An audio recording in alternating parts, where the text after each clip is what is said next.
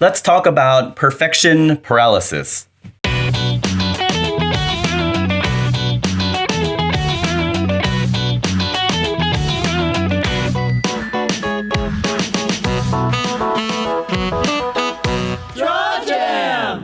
So this is coming from the perspective of a web cartoonist, but I think these thoughts apply to creators across the spectrum, whether you're an illustrator or a filmmaker or anything like that. So when you're drawing a comic, you want it to be the best thing that you can put out into the world. You want to make sure your anatomy is on point. You want to make sure the architecture is on point. You want to make sure the pacing is right. You want to make sure the blocking is right. You want to make sure the scenes flow from one to the other. You want to make sure everything is tight. And you get bogged down in the minutia sometimes. Sometimes you get so stuck on the process that it can paralyze you. Like, oh, this perspective isn't exactly on point. The vanishing points don't make sense in this particular scene. This scene in this panel layout doesn't flow to the next panel layout, and you worry yourself to death, and you pick apart every little piece of thing that's going on in a frame, in a page, in whatever, and you just stop producing anything because you get overwhelmed. In the case of a comic, none of that shit matters. None of the pretty shit that people see on the page matters. Nothing visual really matters if your story is bullshit. If you can't tell a good story, it doesn't matter how pretty your artwork is. And that's the tough thing to get across when you're working on comics. Comics is about the storytelling. Comics is about the plot. Comics is about the characters. Comics is about the emotions you get, relating to the characters. Comics is not about how awesome these muscles look, or how accurate the face proportions are, or how amazingly realistic the backgrounds are. Comics is about storytelling. If you're telling a good story, that's the most important thing. If you have to cut something here or there, like if you can't do color because it takes you too long and you're never gonna get the thing out, don't do color. If you have to skimp on how many times you redraw a scene, skimp out on that. If your perspectives aren't completely accurate because you don't have a fully 3D modeled rendered thing to draw over and to make sure that, every angle is proper and realistic, cut that shit out. Tell a good story. That's what comics is about. Don't get bogged down in the minutia and get so caught up in the little details, because no one's gonna notice that shit. I mean, sure, other artists are going to notice that, because artists definitely look out for stuff like that and they will appreciate it. But what they will remember from your comic is the story. They're gonna remember the storytelling. They're not gonna remember if this hatch mark was different than this other hatch mark, or if the lighting temperature is different, or the color values, anything. They're not gonna remember that. They're not gonna remember that. Did you tell a good story? And this is something I'm finding out in photography. I'm sort of dabbling into photography a little bit, and there's a lot of technical things to worry about in terms of exposure and ISO and shutter speed and all that kind of shit. But the thing that people will remember from an image is the story that you're trying to tell. Photographers are going to know about all the technical aspects, like, oh, you shot this at f1.2. That's why there's like a hair width ass of a focal plane, all that kind of bullshit. But people care about the story. People care about the story. People care about the story. People care about the story. So if you find yourself in a place where you're not producing anything because you're getting overwhelmed, like, you're spending so much time on your character Bible to get it just right, no one's gonna care.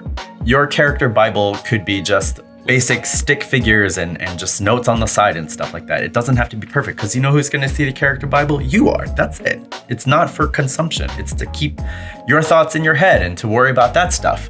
Like, there's a lot of shit that goes on in the back that, your reader isn't going to know. So if you don't do it to the utmost perfection, that's okay. The main thing is to tell a good story. Tell a good story. Tell a good story. Tell a good story. Tell a good motherfucking story. Now, there's an additional aspect to webcomics that I think kind of make them unique. Unlike print comics, it'll take you a couple months to draw and then a couple months to actually publish the thing and get out in print. So you might be working on a book 3 months in advance and you won't get feedback until it comes out on the shelves. With webcomics, the feedback is instant. Like you get comments on that comic the day it goes up, and you get that visceral first look feedback right in your face. And this never happened to me because my webcomic never got to the point of massive popularity that I had like hundreds and hundreds of comments per post. But if you do have a really popular comic and you do get hundreds and hundreds of comments per post, the tendency can be for the creator to want to cater the story to please the audience. And that's a trap.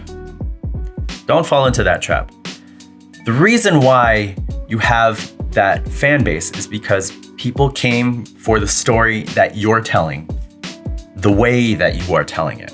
And they might not like the way you're taking a certain character or a certain plot point or whatever. They might not agree with what you're doing, but that's what fan fiction and forums and Reddit is for. Let them go, figure out their perfect version of your comic.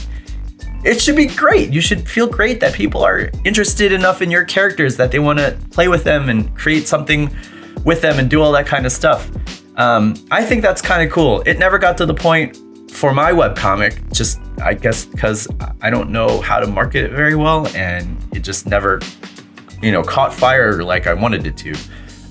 But it's still up there, and I update when I'm able to, mostly because I'm working on other stuff and trying to, leverage other things at the point. And the webcomic didn't really do that for me. So, but if you do have a successful property, it can be very easy to slip into a mode where you want to get the approval of the reader. You want every post to have like glowing reviews and all the thumbs up, the virtual thumbs ups and all that kind of stuff. That's not what got you to where you are. That's not what got you the readers. That's not what got you the exposure that you have if you are a successful web cartoonist. Your story did. Your story did. Your story did it. Your story did it. And you told it in your way, and that's why people are reading your shit and commenting every day and getting excited about updates and stuff like that. So, one, don't fall victim to perfection paralysis. There's a lot of minutia that goes on to comic creating that no one fucking knows. And they're gonna read, in the case of a webcomic, they're gonna read that page in 30 seconds or less. In the case of a actual physical comic, you get maybe 5 minutes of attention and then that person moves on. And if you can make that 5 minutes or that 30 seconds of attention amazing for that person, you've done your job. Second thing, don't fall into the trap of trying to please your audience. That's not what they're there for. They say that's what they're there for, but that's not what they're there for. They're there because your story drew them in, the way you're telling it drew them in, and the way you're making things happen, that's what drew them in. And if you lose some of them on the way, that's fine. Not everything is for everybody. You can't please everyone at the same time. Tell a good story, tell it your way, keep telling it.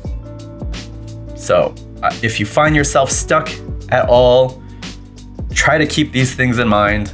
This is also to hype myself up as I'm trying to draw a whole bunch of things at the same time, and I just need to get over this paralysis myself. So this is not something that is foreign to me. I fall victim to this kind of thing all the time. So this is as much for me as it is for anyone out there. So go out there, make something cool, tell a story your way, and just keep telling it. And that's all I got. Thanks for sticking it out this long. I have a Patreon. I never promote it because I set it up when I was doing my comic on a regular basis, but I also never thank my patrons, and that's a shitty thing to do. So from now on, every vlog I'm gonna end, and you're gonna see the list of patrons. Shit, I don't know how this is filmed. I think it's over here. I'm gonna post a list of my patrons as the post roll, so you can see all the people that have been helping me out throughout the years and supporting my work. So if you would like to join and see your name flashed up in lights, check it out. I'll have links to everything in the show notes and all that kind of good stuff. Thanks for watching, and yeah, I hope this was helpful for somebody. All right, bye.